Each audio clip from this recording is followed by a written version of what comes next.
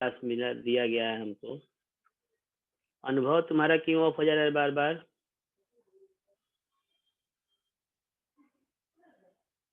तो 10C के बच्चों से थोड़ा सा बात कर लेते हैं। सुकृति,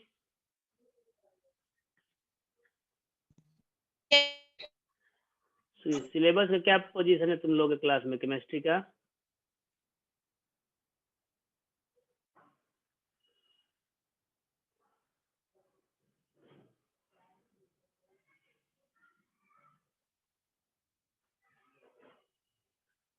कहाँ गई जी? और 10C का कोई बच्चा है? आदित्य तिवारी तो आया था, निकल गया।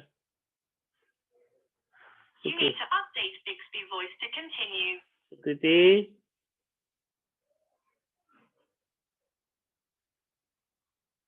नहीं सुनाई दे रहा है इसको।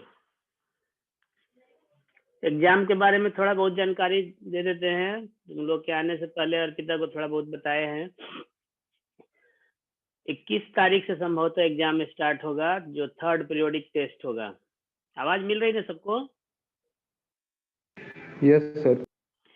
तो 21 तारीख से जो एग्जाम स्टार्ट होगा वो क्लास 1 से 7, 9 और 11, ये जो क्लासेज हैं 1 से 7, 9 एंड 11 यानी 8, 10 और 12 छोड़ करके बाकी सब क्लासेज के लिए 3rd पीरियोडिक टेस्ट होगा। 1 से 7 तक के लिए 25 मार्क्स का, और 9 के लिए 40, 11 के लिए 35 मार्क्स का। ये सब तुम लोग कोई काम का नहीं है, अगर कोई भाई बहन होगा तो उसके काम का होगा। 8, 10 और 12 का जो एग्जाम है वो फर्स्ट प्री बोर्ड होगा, यानी आप लोगों को 2 प्री बोर्ड एग्जाम देने हैं, एक दिसंबर में और एक जनवरी में। तो अभी जो 21 से होगा वो फर्स्ट प्री बोर्ड होगा 8, 10 और 12 के बच्चों के लिए। इसमें भी 10 और 12 के जो बच्चे हैं वो वर्चुअल मोड में नहीं एग्जाम देंगे, एक्चुअल मोड में एग्जाम देंगे, यानी कि स्कूल जा करके कॉपी लिखना है। स्कूल मोस्ट प्रोबेबली BSDAB में जाना है, जूनियर विंग में, मिल रोड में, वहां जाके आपको लिखना है। और 8 का जो एग्जाम होगा वो कॉपी जैसे जमा करते थे मिड टर्म में लिख करके और PDF भेजते थे, उस मोड में होगा। लेकिन इसमें भी एक समस्या है 8, 10 के एग्जाम में, खास करके 10 में हमारे यहाँ करीब 650 बच्चे हैं, और जो जूनियर विंग का सीटिंग अरेंजमेंट है उसमें 650 बच्चे एक साथ कंफर्टेबली नहीं बैठ सकते, क्योंकि ज्यादातर रूम में उनके बेंच छोटे छोटे हैं। तो इसलिए एग्जाम जो होगा जूनियर विंग में वो 2 शिफ्ट में होगा।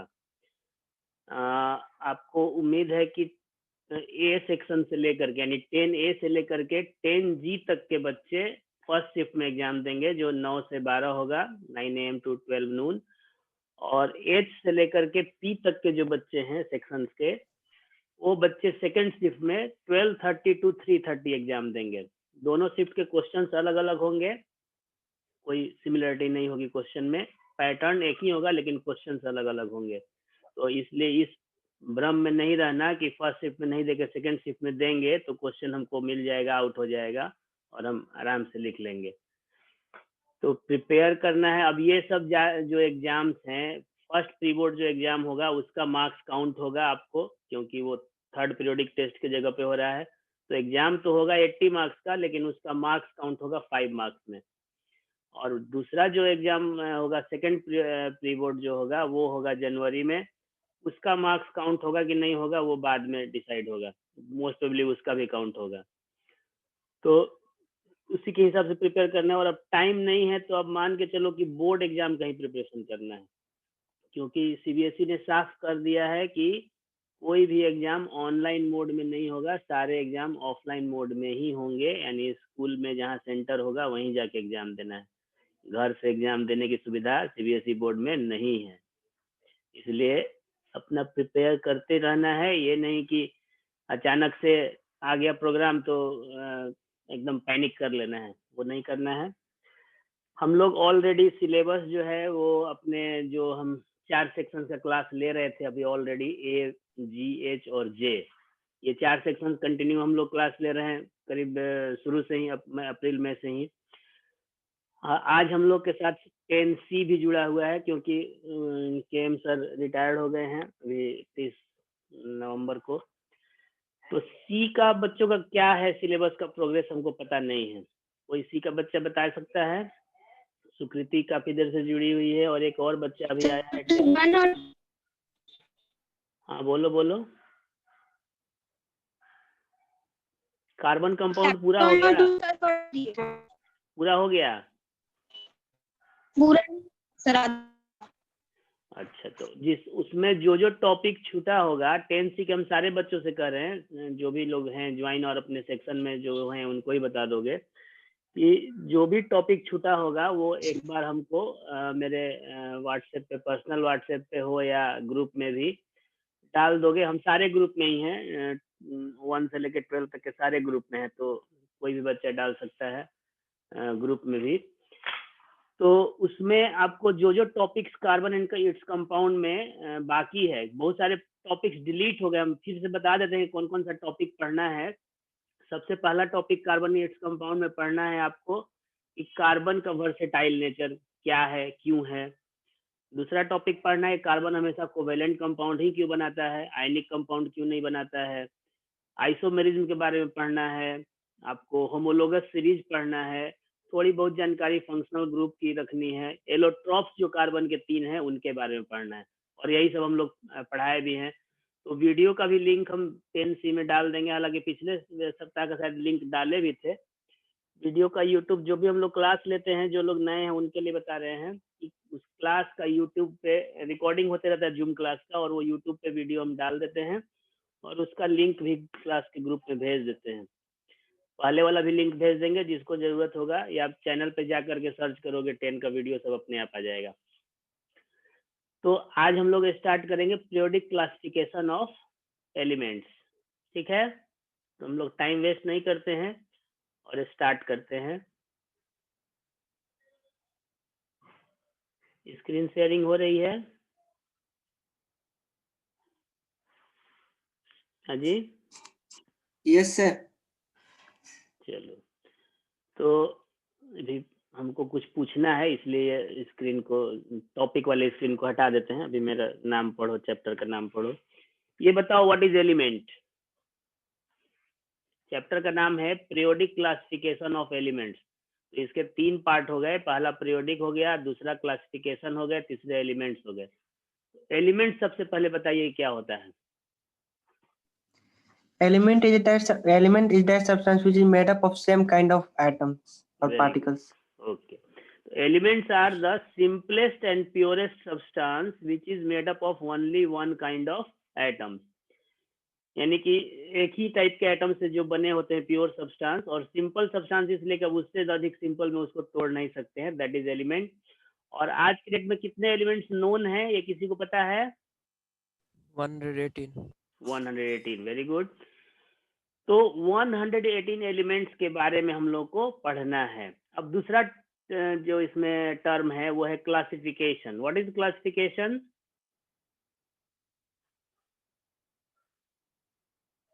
Anybody? Grouping of elements on their properties, on the basis of their properties. On the basis of their properties, on the basis of their similar properties. जैसे बहुत सारे बच्चे बोलते हैं कि distribution, classification is distribution. Do you agree with it? Classification is distribution?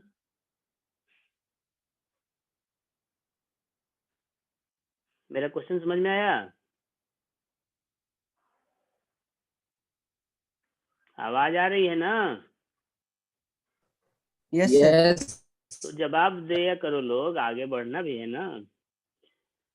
Question हम पूछे कि क्या क्लासिफिकेशन और डिस्ट्रीब्यूशन दोनों सेम थिंग हैं?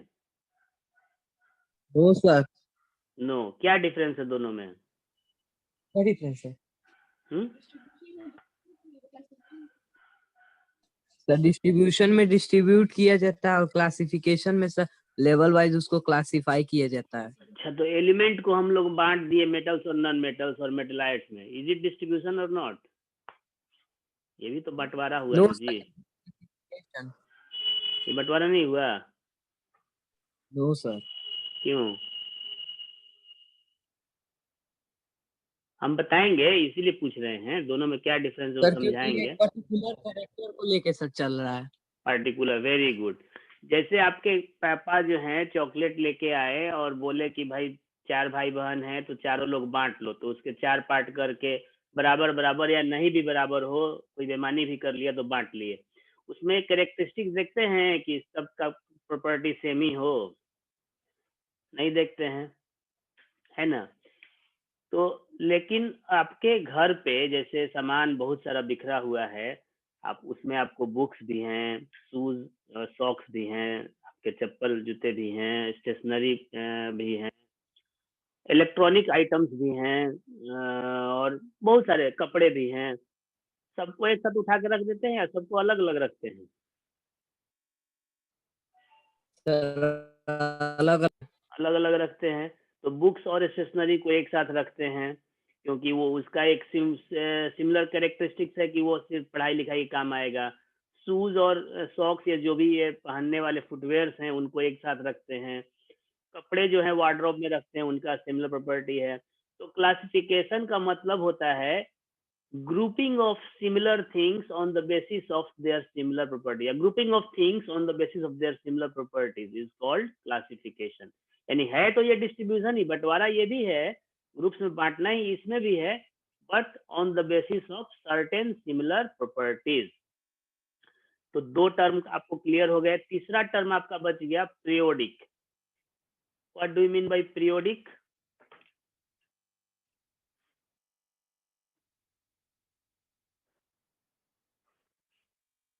सर किसी सेम इंटरवल पे जो सर उसको पीरियोडिक कहेंगे। Very good. और कोई? ये तो आप बुकिश लैंग्वेज बता दिए कि सेम इंटरवल पे जो मेनली पीरियोडिक टेबल में दिया है कि हर 8 के बाद प्रॉपर्टीज रिपीट होंगे, पीरियोडिक प्रॉपर्टीज ऑफ एलिमेंट्स, है ना।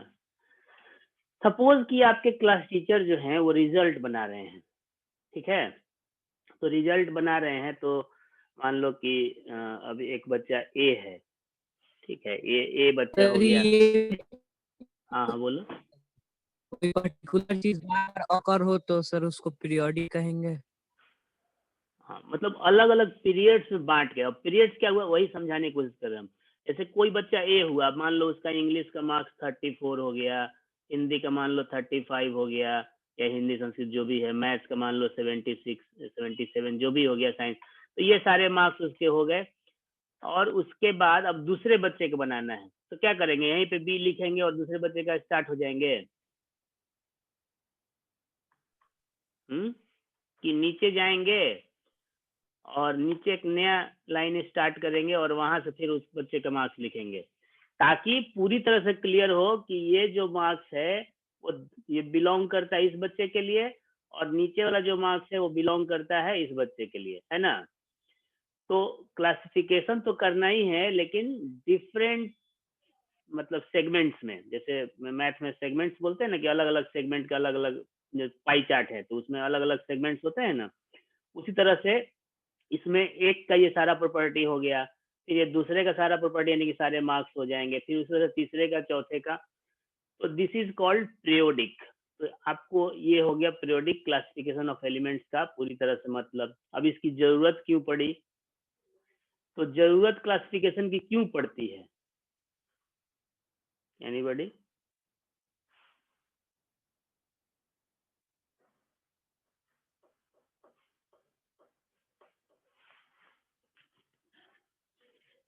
आवाज मिल रही ना? क्वेश्चन का जवाब study हाँ to बोलो। study anything in easy and quick better way. Way, very good. तो इजीली अंडरस्टैंडेबल बनाने के लिए उसको क्लासिफिकेशन करते हैं। जैसे एग्जांपल लेते हैं कि हमारा एक स्कूल है, मान लो नया कोई मोहल्ले में स्कूल खुला, उसमें 5 बच्चे एडमिशन ले लिए, अलग अलग क्लासेस के बच्चे हैं, कोई 1 क्लास का है, कोई 2 का, कोई 4 का, कोई 6 का। 5 बच्चे हैं, उनके बारे में जानने में, उनको पढ़ाने में कोई असुविधा नहीं होगी। मान लो क्या वो बच्चे जो हैं वो 5 के बदले आपको 100 हो गए, तो 100 हो गए अलग अलग क्लास के बच्चे हैं, तब उनके बारे में जानने में थोड़ी असुविधा होगी ना। तो क्या करते हैं, फिर उनको अलग अलग क्लासेज में बांट देते हैं, लेवल के, उनके आईक्यू लेवल के हिसाब से, या जो भी वो जानते हैं, जो समझ पाते हैं, उसके हिसाब से उनको अलग अलग क्लासेज में बांट दिए गए। और जब और बढ़ गए, एक ही क्लास में बहुत सारे बच्चे हो गए, कि क्लास में मान लो 200 बच्चे हो गए, तो फिर उनको सेक्शन वाइज बांटते हैं, है ना। और उस सेक्शन में भी आप लोग देखे होंगे अपने स्टडी पीरियड में कि हाउसेज में बांटते हैं, ये दयानंद हाउस है, श्रद्धानंद हाउस है, आर्यभट्ट हाउस है, टेरेसा हाउस, टैगोर हाउस, जो भी इस तरह के हाउसेज हैं उसमें बांटते हैं, ताकि वो जब कोई इंटर हाउस कंपटीशन हो तो उसमें उसको इस तरह से देखा जाए। तो वो हाउसेज में कुछ सर्टेन प्रॉपर्टीज पे हैं, वो क्लासेज भी कुछ सर्टेन प्रॉपर्टीज पे बांटे गए हैं। तो आपको उसके बारे में, उन बच्चों के बारे में रिकॉर्ड मेंटेन करना है, उनके बारे में जरूर ज़्यादा से ज़्यादा जानकारी रखना है, तो उसके लिए उनको क्लासेज और सेक्शंस में बांटना जरूरी है। तो that is the main motive of classification, to study in better way about the elements, the classification is required. अब क्लासिफिकेशन का ऐसा नहीं है कि मेंडलीफ और मोस्ले जो पीरियोडिक टेबल बनाए वही मेन है, बहुत पहले से इसके बारे में एफर्ट होते रहा है।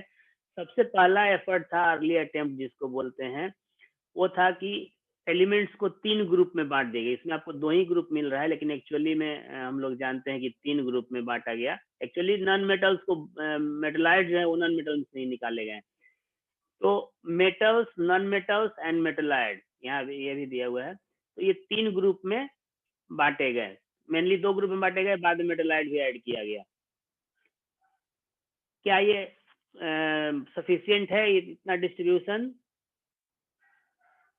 मान लो कि हम लोग पीरियोडिक टेबल भूल जाएं, हमारे जो 118 एलिमेंट हैं उनको सिर्फ 3 ही ग्रुप में बांट दें, मेटल्स, नॉन मेटल और मेटलाइड्स, तो चलेगा? इसके बारे में स्टडी हो जाएगी अच्छे से? No sir. क्यों नहीं होगी? Hydrogen no is a sir. Non metal, hydrogen एक नॉन मेटल है, यस सर। क्लोरीन भी एक नॉन मेटल है। अब इन दोनों के स्टडी में क्या प्रॉब्लम आएगी अगर हम लोग सिर्फ ब्रॉडली मेटल और नॉन मेटल में बांटते हैं? तो इसका अगर कैरेक्टर, हाँ, बोलो बोलो, नहीं आया आवाज तुम्हारा पूरा क्लियर। सही, इसका साइज में इसका अलग अलग है। हाँ, नहीं, प्रॉब्लम ये है कि हाइड्रोजन नॉन मेटल है, क्लोरीन भी नॉन मेटल, तो कुछ प्रॉपर्टी उनके मैच करते हैं, कुछ नहीं मैच करते हैं। अब मेटल में हम बात करें तो करीब 80 या 85 के करीब में मेटल्स हैं। उन सारे मेटल्स का प्रॉपर्टी सेम नहीं है। आप पढ़े होंगे 8 क्लास में और 10 क्लास में भी कि पोटेशियम सबसे रिएक्टिव मेटल है, तो प्लेटिनम लगभग अनरिएक्टिव मेटल है, नोबल मेटल बोलते हैं उसको। तो जब मेटल के बीच में भी प्रॉपर्टी में इतने सारे डिफरेंसेज है, फिर नॉन मेटल्स में भी डिफरेंसेज है।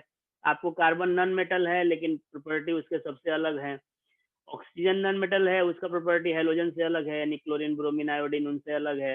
नाइट्रोजन नॉन मेटल है लेकिन उसका प्रॉपर्टी ऑक्सीजन से अलग है।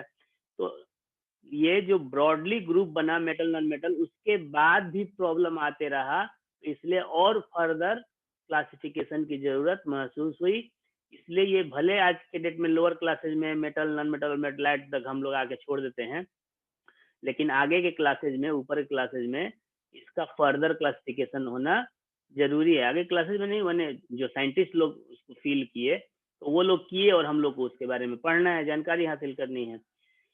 तो सबसे पहला जो इसमें अटेम्प्ट जो सक्सेसफुल हुआ, जो मतलब एक क्या बोलते हैं इसको, मान्यता मिली, वो है डोबेनियर ट्रायड्स।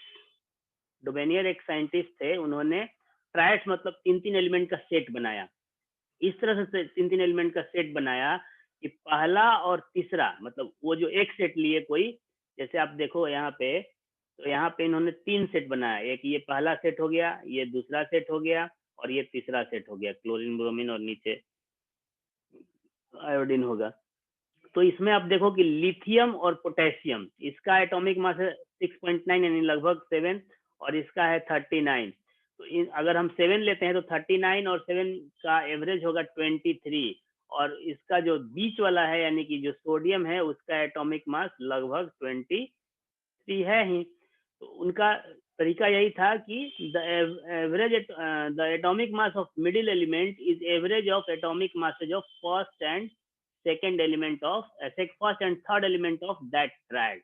इस तरह से करके उन्होंने एक्चुअली 4 ट्रायड बनाए, लेकिन एक जो है वो सक्सेसफुल नहीं हुआ, तो इसलिए उसको हटा दिया गया। तो मेनली 3 ट्रायड्स बनाए, यानी टोटल उनके ट्रायड्स में उनका जो क्लासिफिकेशन हुआ उसमें 9 एलिमेंट्स का ही जगह मिला। बाकी के एलिमेंट कौन सा गुनाह किए थे कि उसको छोड़ दिए?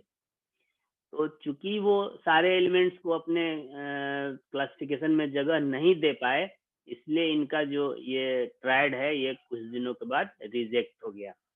इसमें किसी को कोई कंफ्यूजन? No sir. सर इसमें 9 नहीं है सर, इसमें 80 एलिमेंट नहीं है लिथियम सोडियम। नहीं, वो इसमें स्क्रीन पे नहीं फ्लोरीन दिख नहीं है रहा सर। है, हम जब पीडीएफ भेजेंगे ना तो वो दिखाई देगा। अभी ऊपर खींचेंगे तो दिखाई देगा। देखो सर आप जूम का रिकॉर्डिंग स्टार्ट किए हैं सर शायद। रिकॉर्डिंग तो मेरा ऑलरेडी होते ही रहता है। तुम सी सेक्शन में हो क्या? Yes sir. हाँ, तो मेरा क्लास ऑलरेडी रिकॉर्ड होता है बाय डिफॉल्ट। हम नहीं भी करेंगे तो अपने आप होते रहेगा। अगर हम रोकेंगे तब भले रुकेगा। और हर सप्ताह में वो रिकॉर्डिंग आपको यूट्यूब पे डला। आज का क्लास होगा तो आज चूंकि हमको कहीं जाना है 6:45 में, तो आपको रात तक डला जाएगा वीडियो। चलो, डोमिनेट्राइड में कोई प्रॉब्लम नहीं। आते हैं न्यूलैंड्स ऑक्टेव्स। ऑक्टेव्स नाम सुना है कभी? ऑक्टेव्स केमिस्ट्री भूल जाओ, खाली ऑक्टेव्स समझो। Yes sir. क्या होता है ऑक्टेव? सर जिसमें 8 होता है सर कोई चीज। अच्छा, जैसे कोई एग्जांपल बोलो। सर म्यूजिक का 7 लेटर। उसमें तो 7 ही शुरू होते हैं, 8 कहाँ होते हैं जी? सर 7 के बाद फिर से पहला वाला। हाँ, वो जो हमारे इंडिया में जिसको सरगम बोलते हैं, 7 सुरों का जो कॉम्बिनेशन है उसको सरगम बोलते हैं हमारे इंडिया के भारतीय संस्कृत में, भारतीय संगीत में। उसी चीज को यूरोपियन कंट्रीज में, इंग्लिश कंट्रीज में ऑक्टेव्स बोलते हैं, म्यूजिकल ऑक्टेव्स। तो उसमें मतलब यही है कि अगर कहीं से स्टार्ट करते हैं, सा से स्टार्ट करते हैं, उसमें डोरे लेमा फासो क्या बोलते हैं वो हमको याद नहीं है, आपके एनसीईआरटी बुक में दिया भी है। तो उसमें जैसे सारे गा मा पा धा नि सा, फिर जो मतलब पहला सुर जहाँ से स्टार्ट करेंगे, सा से स्टार्ट करेंगे तो 8वां जो है फिर से सा आएगा। रे से स्टार्ट करेंगे तो 8वां जो है फिर रे पर ही आएगा। तो इसका खासियत वही है कि न्यूलैंड ने अपना एक पीरियोडिक टेबल बनाया, क्लासिफाई किया एलिमेंट्स को। उनके समय तक जितने एलिमेंट्स नोन थे उसमें से मैक्सिमम को उन्होंने जगह दिया और ऐसा क्लासिफिकेशन किया कि प्रॉपर्टीज जो है हर 8वें एलिमेंट का पहले एलिमेंट से मिलता जुलता। जैसे हाइड्रोजन से स्टार्ट करते हैं तो hydrogen, lithium, beryllium, boron, carbon, nitrogen, oxygen, fluorine. अब फ्लोरीन जो है उसका प्रॉपर्टी हाइड्रोजन से मिलता है। कैसे मिलता है? तो हाइड्रोजन भी एक नॉन मेटल है, एक इलेक्ट्रॉन डोनेट कर सकता है। फ्लोरीन भी नॉन मेटल है, एक इलेक्ट्रॉन डोनेट कर सकता है। यानी दोनों की वैलेंसी 1-1 है, -1 है। उस तरह से फिर फ्लोरीन से स्टार्ट करते हैं तो क्लोरीन पे वही आता है। तो अच्छा है, उनका प्रयास अच्छा रहा। और ये सारा जो टेबल है वो एटॉमिक मास पे ये भी बेस्ड था। आप डोबेनियर ट्रायड में भी देखे होंगे कि जो मेन जो कंसेप्ट था, जो बेसिस था उस टेबल का, वो एटॉमिक मास था। इनके भी टेबल का जो मेन बेसिस है वो एटॉमिक मास ही है। एटॉमिक मास के इंक्रीजिंग ऑर्डर में अरेंज किया गया है। लेकिन इनके टेबल में ड्रॉबैक्स आ गए। क्या ड्रॉबैक्स आ गए? क्योंकि जितने एलिमेंट्स उस समय नोन थे सबको वो अरेंज नहीं कर पाए। एक खास एटॉमिक मास तक वो उसको डाल पाए, अपने टेबल में जगह दे पाए, बाकी के नहीं दे पाए। दूसरा प्रॉब्लम क्या था कि कैल्शियम तक अगर हम लोग आते हैं, जैसे आप यहाँ से देखो तो कैल्शियम तक आते आते ये तो मैच करता है। कैल्शियम का एटॉमिक मास है 40, यानी कि 40 एटॉमिक मास तक आते आते तक इनका तो टेबल बहुत अच्छे से काम करता है। लेकिन जब उसके बाद बढ़ते हैं तो आप देखो, यहीं से स्टार्ट करो। मैग्नीज है। मैग्नीज जो है एक मेटल है और उसके ग्रुप में, यानी 8वां जो एलिमेंट है मैग्नीज के बाद, वो है आर्सेनिक। आर्सेनिक मेटलाइड है। उसके और पहले आ जाओ, क्लोरीन जो है वो एक हेलोजन है, उसकी वैलेंसी -1 होती है, नॉन मेटल है। और उस ग्रुप में 2 मेटल को उन्होंने डाल दिया, कोबाल्ट और निकेल का। पहले तो 2 डालना नहीं था, लेकिन 2 डाल भी दिया और दोनों प्रॉपर्टी क्लोरीन से मैच नहीं करते। तो एक सर्टेन एटॉमिक मास के बाद उनका ये टेबल का जो रूल है वो काम नहीं करता है। तीसरा क्या प्रॉब्लम है कि जबरदस्ती जैसे एक ही प्लेस पे 2 एलिमेंट को और डिफरेंट, ये गैलेक्सी A31, कोई बच्चा चाह रहा है एडमिट होना, नाम नहीं चेंज किया है। पहले ही हम बताए हैं कि बिना नाम चेंज किए परमिशन नहीं मिलेगी। किस सेक्शन का बच्चा है मालूम नहीं है, अगर तुम लोगों को मालूम है तो बता दो, नाम रीनेम करके आएगा। तो ये सब उसके आपको प्रॉपर्टीज थे। एक सेकंड। हाँ सर, क्लास ले रहे हैं सर अभी थोड़ा 10 मिनट बाद। हाँ हाँ, केमिस्ट्री क्लास ले रहे हैं। ठीक ठीक। तो इन सारे ड्रॉबैक्स के चलते इनके भी थ्योरी को रिजेक्ट कर दिया गया। हालांकि आज भी उसकी जिक्र होती है, क्योंकि वो एक मतलब उस समय के हिसाब से काफी बढ़िया प्रयास था। तो न्यूलैंड ऑक्टेव में किसी को और कोई प्रॉब्लम? अच्छा, एक क्वेश्चन आपके बुक में दिया हुआ है, एनसीईआरटी बुक में, कि डोबेनायर ट्रायड्स के कुछ जो ट्रायड्स हैं वो न्यूलैंड ऑक्टेव्स में भी हैं, है या नहीं है? कुछ दिखाई दे रहा है?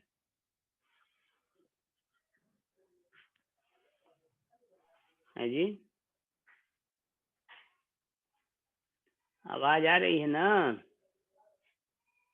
Yes sir.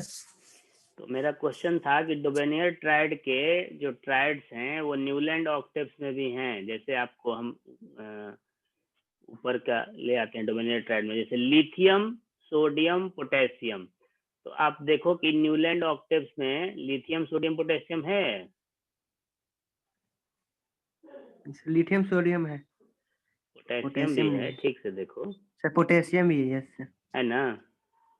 Yes sir. देखो उसके पहले क्या था?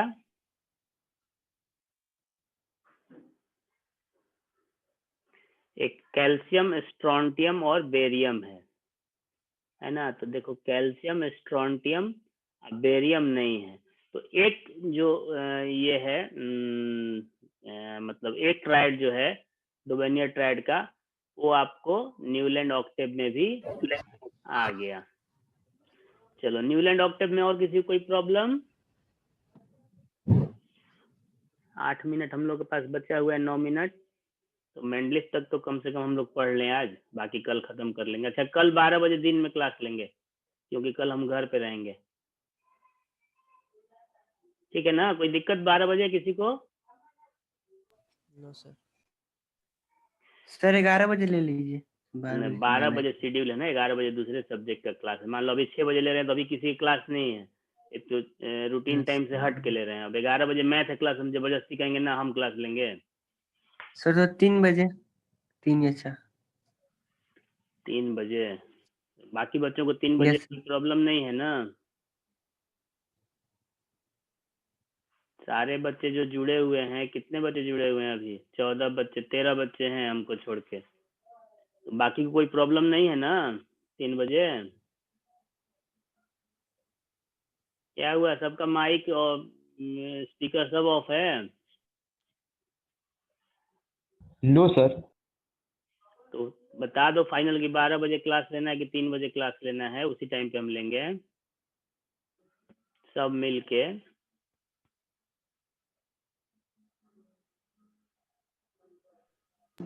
तो 12 बजे ही ठीक है। 12 बजे, चलो भाई 12 बजे ठीक रहेगा। किसको, अंकित को दिक्कत है क्या? Yes sir. क्यों, 12 बजे कहीं जाना है? Yes sir. यार तो 12 बजे शेड्यूल क्लास का टाइम है, तो कहीं भाग रहा है? अच्छा चलो, हम रिकॉर्डिंग भेज देंगे, और तुमको कोई दिक्कत होगा तो हमको फोन करके पर्सनली पूछ लोगे, वीडियो कॉल पे भी पूछ ओके सकते हो। सर। चलो, अब आते हैं हम लोग इस चैप्टर का जो एक मेन टॉपिक है, वो है मेंडलिस पीरियोडिक टेबल। यानी अपने समय का सबसे बड़ा क्रांतिकारी टेबल था ये। इसलिए था कि बाकी लोग का आप टेबल देखे, डोबेनियर ट्रायड्स देखे या न्यूलैंड ऑक्टेव्स देखे, तो उसमें था कि कुछ एलिमेंट्स को जगह मिली, कुछ को नहीं मिली। लेकिन न्यूलैंड वो पहले व्यक्ति थे जो उस समय, उनके समय में जितने एलिमेंट्स नोन थे वो सबको जगह मिली, किसी को छोड़ा नहीं उन्होंने। और काफी हद तक सटीक भी था उनका जो टेबल था। हालांकि इसमें भी कुछ एरर्स हैं, ड्रॉबैक्स हैं, पढ़ेंगे हम लोग। लेकिन उन्होंने अपने समय में मतलब सबसे बढ़िया टेबल बनाया, पीरियोडिक टेबल बनाया। टेबल क्यों बोलते हैं जी इसको? जो फर्नीचर है,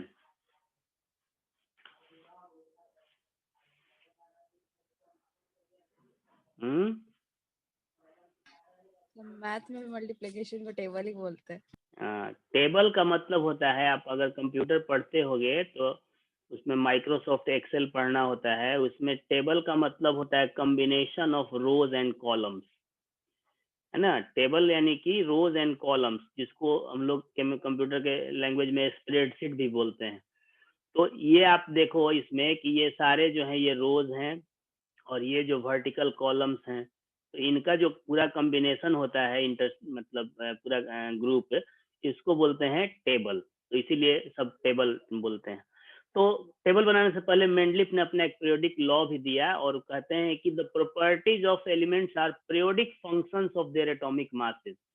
शॉर्टकट में ये इसका स्टेटमेंट हुआ। अब इसका मतलब क्या हुआ? इसका मतलब हुआ, पीरियोडिक फंक्शन का मतलब क्या हुआ वो बताने की कोशिश कर रहे हैं हम, कि अगर एलिमेंट्स को, यानी उसका जो एलोबरेट कर रहे हैं वो बोल रहे हैं कि अगर एलिमेंट्स को उनके एटॉमिक मासेस के इंक्रीजिंग ऑर्डर में अरेंज किया जाए तो एक सर्टेन रेगुलर इंटरवल के बाद सिमिलर प्रॉपर्टीज वाले एलिमेंट्स रिपीट होते हैं। फिर से बोल रहे हैं, if elements are arranged in order of their increasing atomic masses, the elements with similar properties will be repeat on certain regular intervals, and this is called periodicity of elements or periodic function of elements. तो जैसे आप यहाँ पे example देखो कि hydrogen है हमारा। अब जैसे हाइड्रोजन का एटॉमिक नंबर 1 है और उसके बाद ये इस टेबल में आप ध्यान दोगे कि इसमें इनर्ट गैस का कहीं स्थान नहीं है। और इसके पहले भी जो टेबल बना, डुबेनियर का ट्रायड हो या न्यूलैंड ऑक्टेव्स हो, उसमें भी inert gases helium, neon, argon, इन सब की जगह नहीं है। क्यों नहीं है? क्योंकि इनर्ट गैसेस की खोज हुई थी 1900 ईयर में, ईस्वी जो है 1900, उसमें इसकी खोज हुई थी इनर्ट गैसेस की। और ये जो टेबल्स की हम लोग बात कर रहे हैं अभी, वो सारे जो हैं 1900 से पहले का बना हुआ टेबल है। तो इसलिए हाइड्रोजन का एटॉमिक नंबर 1 है, उसके बाद लिथियम 3 आता है, उसका प्रॉपर्टी मिलता है। उसके बाद आप 7 एलिमेंट के बाद फिर 8वें पे आते हैं तो सोडियम का प्रॉपर्टी लिथियम से मिलता है। फिर 7 के बाद 8वें पे आते हैं तो पोटेशियम का मिलता है। इस तरह से करके उन्होंने टेबल बनाया कि एक ग्रुप में सिमिलर प्रॉपर्टीज वाले एलिमेंट्स रहें। उनकी कोशिश यही थी कि एक ग्रुप में, जैसे ये 1 2 3 4 5 6 7 8, उन्होंने 8 ग्रुप बनाए। तो आप देखोगे कि बाकी सब ग्रुप में हर पीरियड में, अच्छा ये पीरियड भी इसमें है, तो आपको इसमें 6 पीरियड्स दिख रहे होंगे, 1 2 3 4 5 6। अब इसमें ये थोड़ा टेबल जो है इसमें अलाइनमेंट का प्रॉब्लम है। जैसे ये हाइड्रोजन, लिथियम, सोडियम, ये सब जैसे एक साइड में है और ये कॉपर जो है राइट साइड में, ये लेफ्ट साइड में, ये राइट साइड में। जो थोड़ा सा आपको दिख रहा होगा अंतर, दिखाई दे रहा है कुछ डिफरेंस, ये दोनों एलिमेंट में, ये दोनों एलिमेंट में, ये दोनों एलिमेंट में कुछ डिफरेंस दिखाई दे रहा है? Yes sir. क्या है Yes, sir. अंतर? ये है, इसमें एक्चुअली 2 ग्रुप होते हैं, ए और बी, ठीक है। 1 में भी ए बी है, उसी तरह से 2 में भी ए और बी है। तो आपको जो बीच में जो एलिमेंट दिखाई दे रहे हैं एक्चुअली वो ए ग्रुप में है, और जो राइट अलाइन दिखाई दे रहे हैं, जो जैसे जिंक है, कैडमियम है, मरकरी है, ये सब बी ग्रुप में है। तो जो ग्रुप 1A में है, मतलब सॉरी 1A में नहीं, जितने ए में है, चाहे वो ग्रुप 1 का हो, 2 का हो, 3 का हो, यानी 7 तक, सारे 1 से लेके 7 तक में ए और बी सब ग्रुप्स हैं। तो जो सब ग्रुप ए में है उसको बोलते हैं रिप्रेजेंटेटिव एलिमेंट्स। बोल रहे हैं और इसको सुनोगे, नोट भी करोगे अपने कॉपी में। जो सब ग्रुप ए में जो एलिमेंट्स हैं उनको बोलते हैं रिप्रेजेंटेटिव एलिमेंट्स, यानी उनकी जो प्रॉपर्टी वो फिक्स रहती है। और जो सब ग्रुप बी में है उनको बोलते हैं ट्रांजिशन एलिमेंट्स, यानी उनकी प्रॉपर्टी थोड़ी बहुत चेंज होती है डिफरेंट कंडीशंस में। अब जैसे कॉपर आपको सब ग्रुप बी में है, तो कॉपर के आप देखोगे वैलेंसी 1 भी है और 2 भी है, तो उसकी प्रॉपर्टी चेंज होते हैं। कलर, उसके कंपाउंड्स का जो कलर है वो अलग अलग सब्सटेंस का अलग अलग कलर बनता है। तो उनके चूंकि ट्रांजिशन मतलब होता है कि जो चेंजेबल हो, मतलब ट्रांजिशन फेज में, मतलब कि वो चेंज करने की पोजीशन में अभी।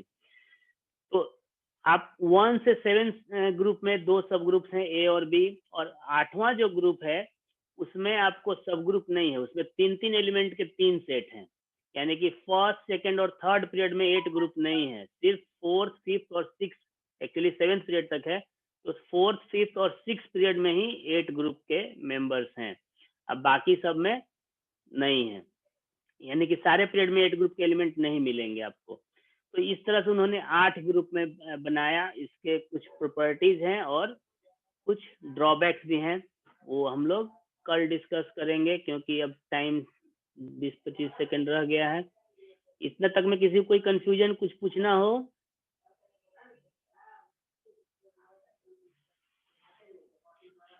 हाँ जी, किसी का कोई क्वेरी? आवाज नहीं आ रही, सब भाग गया क्या?